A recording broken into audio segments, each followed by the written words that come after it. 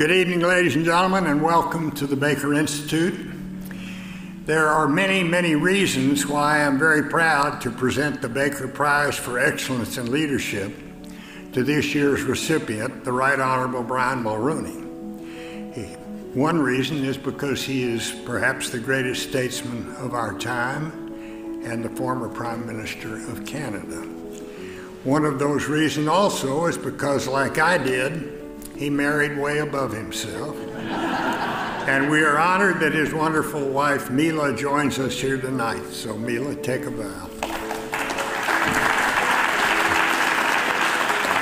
In addition, for decades, I've admired Brian as he guided his country through both tough times and good times. As Canada's Prime Minister, he had a record of taking mighty swings at difficult issues, including issues such as free trade, acid rain, deregulation, South Africa apartheid, and 2 attempts at constitutional reform. Taking mighty swings requires character, confidence, and ambition.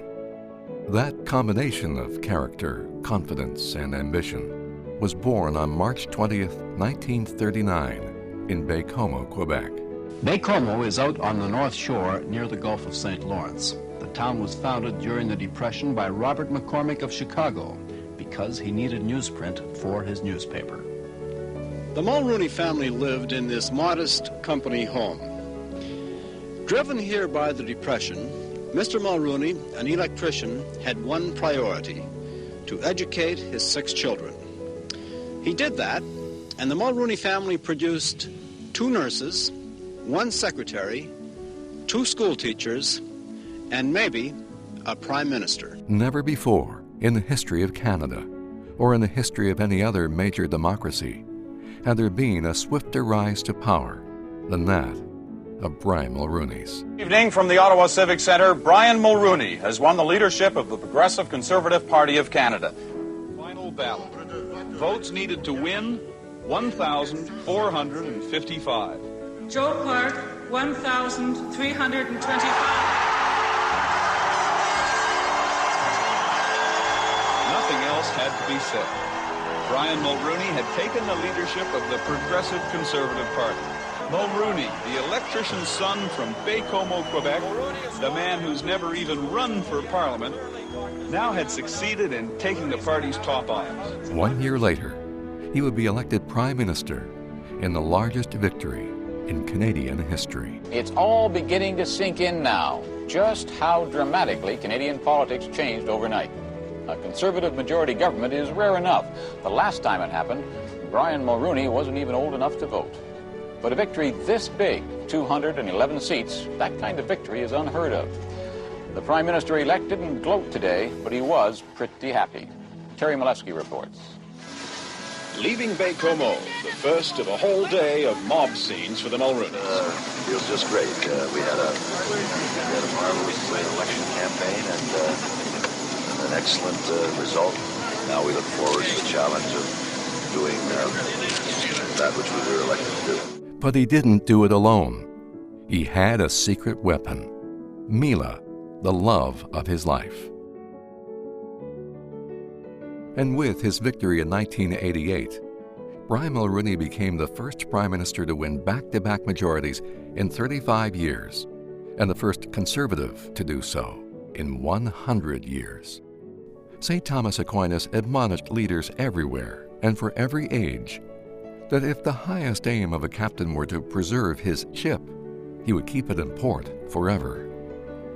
That was not Brian Mulroney's way. Mr. Speaker, I rise to inform the House and the country that I have today spoken to the President of the United States to express Canada's interest in pursuing a new trade agreement between our 2 countries. This is an historic day for Canada and for the United States. Liberal leader John Turner has asked his colleagues in the Senate to block the deal until an election is held.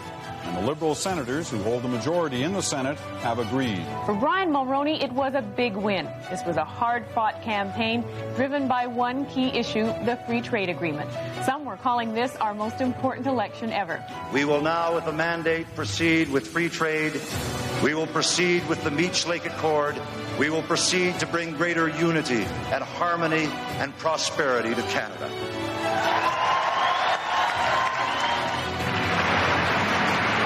The free trade bill passes. Has decided to enter new talks, and there's a new partner this time. Canada will join the United States and Mexico at the table. If the talks are successful, the deal would cover a continent of more than 300 million consumers, and they generate more than $7 trillion worth of commerce a year.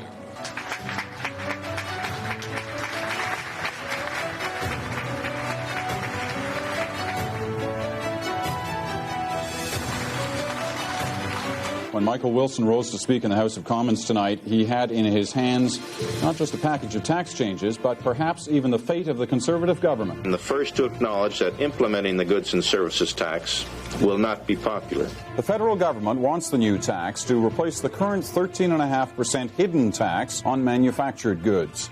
After weeks, in fact months, of wild debate, the end came quietly. The final Senate vote on the GST, it's over, and the new tax is all but law.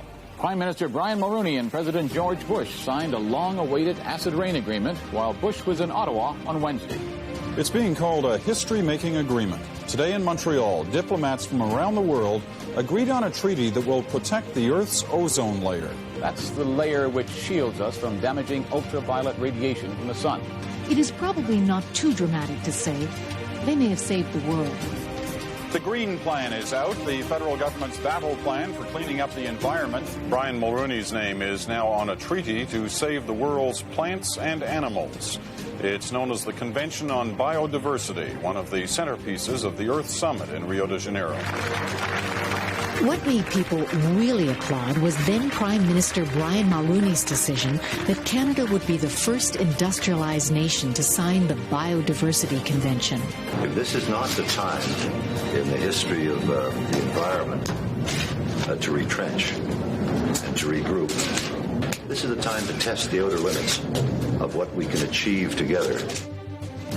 For all of those things, and more besides, including the creation of 8 new national parks, Brian Mulroney was chosen by leading environmental groups as the greenest Prime Minister in Canadian history. Though twice approved by all 10 premiers and the federal government, the Meech Lake Accord was not ratified. Brian Mulroney described the defeat of the accord as akin to a death in the family. 25 years later, he addressed the motivating principle that propelled his effort to bring Quebec back into the Canadian constitutional family. Canadian unity is the top-of-mind issue for any Prime Minister. As the great Sir Wilfrid Laurier famously said, the governing motive of my life has been to harmonize the diverse elements which compose our country, and that has been exactly the sentiment that has moved me throughout my time in office, my entire life. With the signing of the Treaty Commission agreement today, we now have the opportunity to turn history around.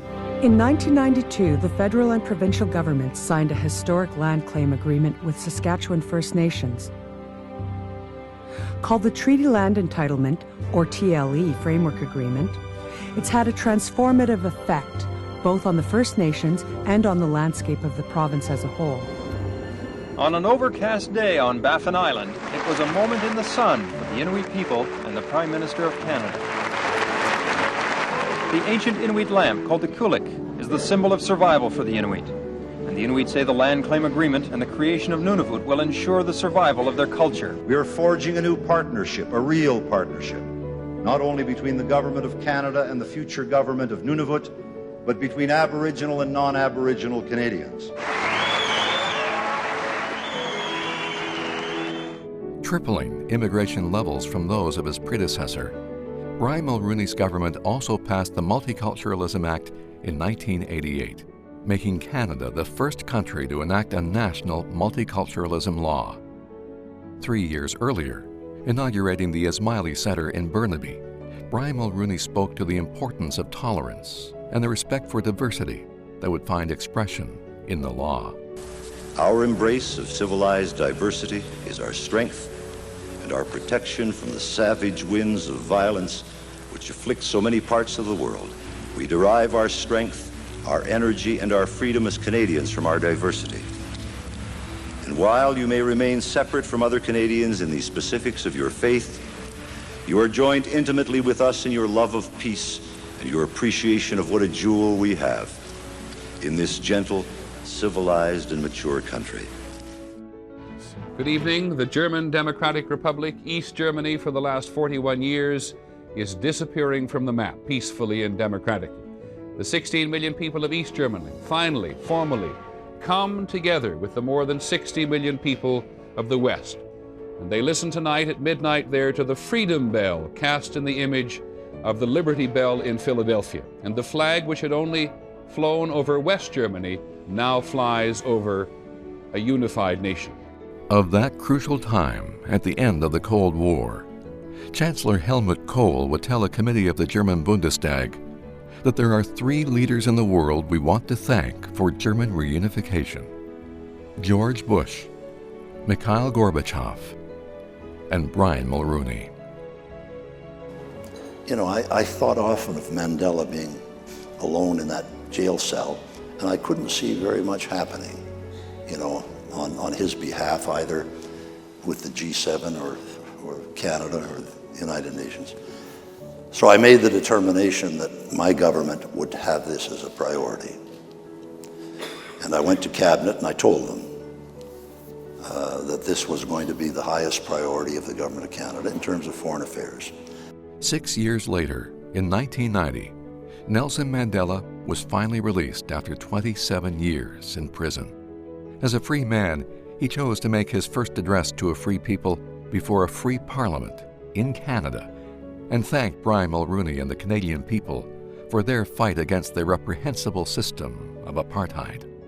I would also like to pay special tribute to the Prime Minister of this country, Brian Mulroney, who has continued along the path charted by Prime Minister Diefenbaker, who acted against apartheid because he knew that no person of conscience could stand aside as a crime against humanity was being committed.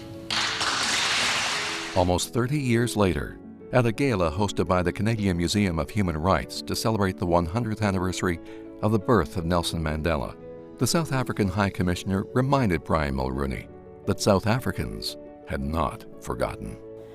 To Brian Mulroney, we can never thank you enough. We are made better human beings by the fact that you have reached out from across the seas to say that we too, the rebels, the fugitives, the prisoners, deserve to be heard. Thank you so much. In October of 1984, the CBC's Brian Stewart shocked the world with his heart-wrenching report that exposed the horror of the Ethiopian famine, described at the time as the closest thing to hell on earth. All across northern Ethiopia, famine is along each road and at the gates of every town. By the hundreds of thousands, peasants are fleeing the worst drought in memory. Unknown thousands are dying along the way. It's feared close to 1 million could die within months, unless the world responds with a massive relief effort. Relief agencies here are swamped. They've never seen starvation on this scale. In a 2019 interview, Stewart remembered that time. I was in despair, to tell you the truth. I didn't think anything was going to happen. Mulroney had just taken over as Prime Minister, and I began to sense that the Canadian government had seized the leadership of rescuing Ethiopia, basically by launching the largest humanitarian rescue mission in the history of the world. I think that's the point where Mulroney, and I was by no means a political supporter of him before, I began to see him as a man of potential greatness. It happened to arrive when there was a politician in power who was very cognizant of what the public were feeling. I mean, he had a classic Irish politician's grasp of what the roots were thinking out there and how people would react to things, especially emotional things. He was an emotional man, Mulroney, and I think his own empathy, plus his own tremendous confidence in himself and in his country and in his team, set him aside. He said, you know, by God, I have to do something for my own honor, for my own feelings. He was persistent, he was obviously persuasive, and he knew he would be. That's one of the things I liked about Mulroney. He didn't doubt that he could do it and Canada could do it, his team could do it. And we sometimes have too much self-doubt in this country. We have leaders who say, well, you know, we're kind of a third power. Maybe we'll play a kind of backup role or something. And he says, to hell with that. We're playing the lead role in this because nobody else is out there leading, so we're going to do it. Before it was over, 1 million would die. But 7 million more were saved. All in all, a remarkable life. Ladies and gentlemen, please welcome to the podium the Right Honourable Brian Mulroney, the 18th Prime Minister of Canada.